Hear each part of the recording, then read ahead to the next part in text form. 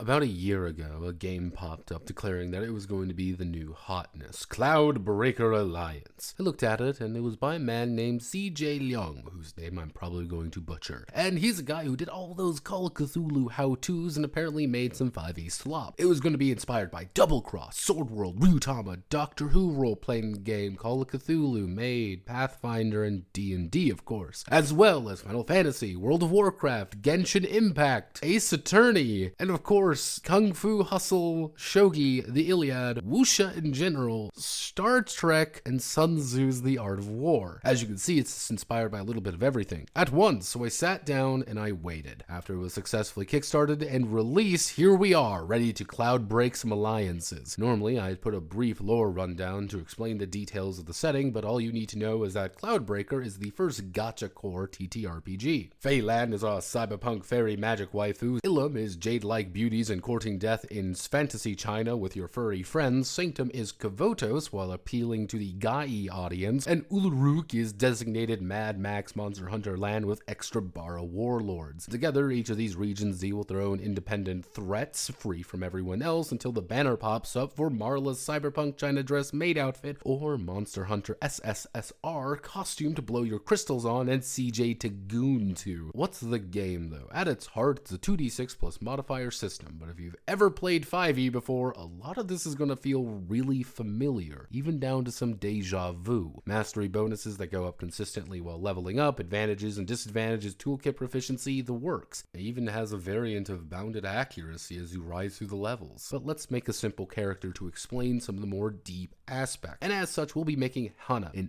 angel. First, we'll have to write in that we're a messenger angel and their traits. We learn about those later. Then we'll write in our character quirks, which influence our abilities, which we learn about later. We'll choose our class, which guess what, we'll learn about later. We'll buy some items and then, we'll learn about that later as well, because chapter 3 is character creation is a fucking lie. The book is laid out by a schizophrenic in an effort to be so helpful, so get ready to flip back and forth as bit of information is spread everywhere versus where it feels like it really should be. Let's start with something simple though. Characters have 4 attributes: strength, agility, awareness, and empathy. You have 7 points to distribute among these at start, and you'll have about 2 spreads to actually play with. From here, you pick 2 skills and a toolkit mastery, and then you're going to be adding your mastery bonus of +2. Congratulations, you finished your first character. Oddly enough, the game kind of goes out of its way to split characters in half, this combat side and non-combat side. Your strength doesn't actually mean anything directly, only coming up during dedicated sections or intense situations. Health points, mind points, your resolve points, and everything else is almost directly tied to your level and your class. A strength 3 arcanist is technically no different than a strength 0 arcanist. Now, life forms, races, have a major and minor trait. Our angel has Angel's Descent to not take any fall damage and can burn a minor action to illuminate the area with her halo. No stat modifiers, no restrictions on everything's pretty open. They're equal enough though. All 20 races do something, but as I said before,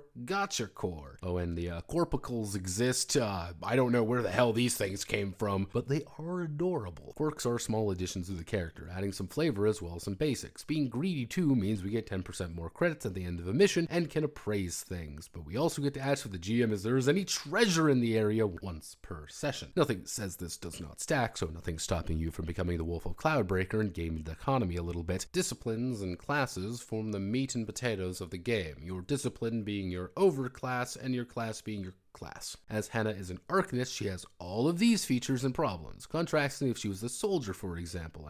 As a spell weaver, we get everything on the left side of this chart, but if we were to be a glamour guard, for example, we'd get everything on the right. That's a majority of what we're working with here. At level 5, we have the option of getting a second class, including ranking up our class to an advanced one. Each of these get a lot of toys to play with, but none of them are extremely weird class-wise. There are hitty classes, blasty classes, tanky classes, but you're never going to get anything too extreme outside of some of the summoners. This leads into gear, and gear is really regimented. Everything is regimented, to be frank, but you'll have to get a good idea of what you're going to be picking up with your very limited inventory slots and gear options. Luckily, armor actually adds health, which is cool, but you're not high enough level to wear real armor F, so fuck off. Luckily, we can buy a camper and go fishing, I guess. All right, let's get to magic. Magic is actually pretty neat. I like this. You choose a number of elements that you are attuned to. That's an arcanist. We get 2. Once combined, you get all of the spells under that element as well as any of the combinations. Manage to get enough of them, you can unlock special ones. By default, we have earth and fire. We can cast fire and earth spells as well as casting meteor, as it is a fire-earth spell. If we were to pick up wood later, not only would we get all the wood spells, we'd get burning crown, we'd get burrow, as well as all of the toxic spells. Magic can be upcast if you're the right level, but generally speaking, I enjoy this system. It's pretty easy, not to mention cosmic spells, which can get really weird. So after 212 fucking pages, we have made it to chapter 11, the start of the rules. Let's establish something real quick. This is not a game of talky love and fucking friendship. This is a combat game, and a rather demanding mission system reflects this. Every mission has a number of objectives as well as a time limit. This time limit is in-game, and every short rest, long rest, going back to the car, etc., takes up time. Take too long and your palico insults you and you fail the mission. Combat takes place on a big grid, and from there things are pretty normal. When you get into a fight, you'll be rolling against their defense rating. If you hit, you reduce their HP by a set amount plus whatever the overage on the roll is. Alternatively, you may be attacking their mind points instead. If either is 0, they are defeated, producing a spirit token from their morale token pool. Spirit tokens. We're okay with spirit tokens. Spirit tokens are kind of like a meta currency. Things that can be burnt to ignore damage, deal more damage, activate certain effects. Morale tokens are for the enemy and how much they are willing to fight. Killing an enemy, neutralizing them with a skill, or having this GM fuck himself over can reduce morale. Every time it's spent, it gets converted into spirit. When they're all gone, they run away. There are some special maneuvers and abilities that the PC can pull off, but none of them are really insanely valuable or game-changing. Mostly small effects that can help you, but not win a fight. More advanced and dangerous enemies produce danger tokens, another currency which are spent to trigger danger bursts, which, yes, stop rolling your eyes. We need all these currencies for you, the GM, our monkey, to keep track of, so we, the players, may enjoy ourselves more.